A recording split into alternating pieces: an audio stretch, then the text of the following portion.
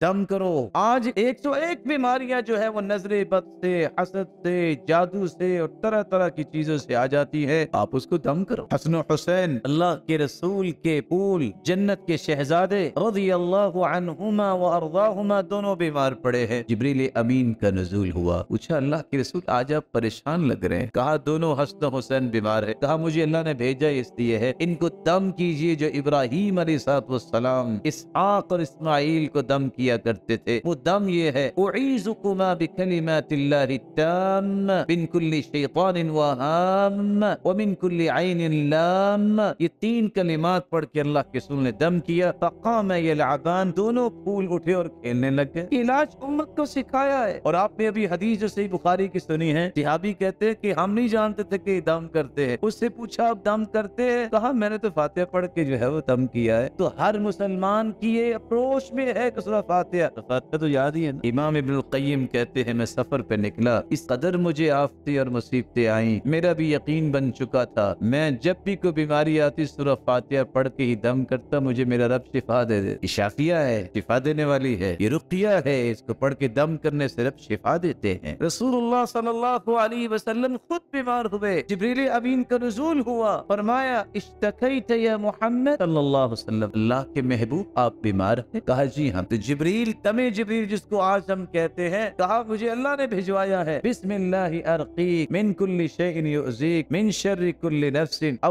ऐनिन हासिदिन बिस्मिल्लाहि अर्कीक वल्लाहु यशफीक। बिस्मिल्लाहि अर्कीक, जिब्रील फरमाते हैं मैं अल्लाह के नाम के साथ आपको दम करता हूँ। मिन कुल्ली शैइन युज़ीक, हर उस चीज से जो आपको तकलीफ दे रही है। मिन शर्रि कुल्ली नफ्सिन, हर जान की शरारत से। औ ऐनिन हासिदिन, किसी हासिद की नजर से अगर आपको तकलीफ हो रही है। बिस्मिल्लाहि अर्कीक वल्लाहु यशफीक, अल्लाह का नाम लेके मैं दम करता हूँ, अल्लाह आपको शिफा दे दे। अल्लाह की रसूल सल्लल्लाहु अलैहि वसल्लम ने उम्मत को सिखा दी। रसूल अकरम सल्लल्लाहु अलैहि वसल्लम उम्मत को सिखाते हैं कि आखिरी 2 सूरतें पढ़ के दम किया करो, बल्कि हुक्म दिया, अमरनी रसूलुल्लाह सल्लल्लाहु अलैहि वसल्लम अन अक़रा अल मुअव्वज़तैन बअद कुल्ली सलाह, हर नमाज के बाद 2 सूरतें कुल अऊज़ु बिरब्बिल फलक और कुल अऊज़ु बिरब्बिन नास ये पढ़ा करो। और सय्यदा आइशा रज़ियल्लाहु तआला अन्हा फरमाती हैं कि ये सूरतें जब नाजिल हुई, फिर जब भी बीमार होते अल्लाह के रसूल तो ये पढ़ के अपने आप को खुद दम किया कर। और अगर आप गौर करेंगे तो इन 2 सूरतों की 11 आयतें हैं। कितनी आयतें? आप सल्लल्लाहु अलैहि वसल्लम को जब जादू किया लबीद बिन आसिम यहूदी ने, तो जिब्रील अमीन का नुज़ूल हुआ और उन्होंने आके खबर दी अल्लाह ज़ुल जलाल की तरफ से कि लबीद बिन आसिम यहूदी ने जादू किया है और एक गुड़िया बना के 11 सुइयां लगा के बि'r ज़रवान नामी कुएं के अंदर 2 पत्थरों के दरमियान गाबे में रखा है। तो सैयदना अली रज़ियल्लाहु तआला अन्हु को भेज के मंगवाया। 11 ही सुइयां थी और 11 ही आयतें उतरी हैं। एक सुई निकालते, एक आयत पढ़ते, फिर जिंदगी में दोबारा वो तकलीफ नहीं हुई। और मैं आपसे अदबन गुजारिश करूंगा, जिंदगी का मामूल बनाइए, हर नमाज के बाद ये 2 सूरतें पढ़े, अल्लाह नजरे बद से भी और जादू टोने से भी हिफाजत फरमाए। रसूल अकरम सल्लल्लाहु अलैहि वसल्लम जब भी उनके पास भी मरीज लाया जाता या कोई मरीज होता तो आप इयादत के लिए जाते, तो आप सल्लल्लाहु अलैहि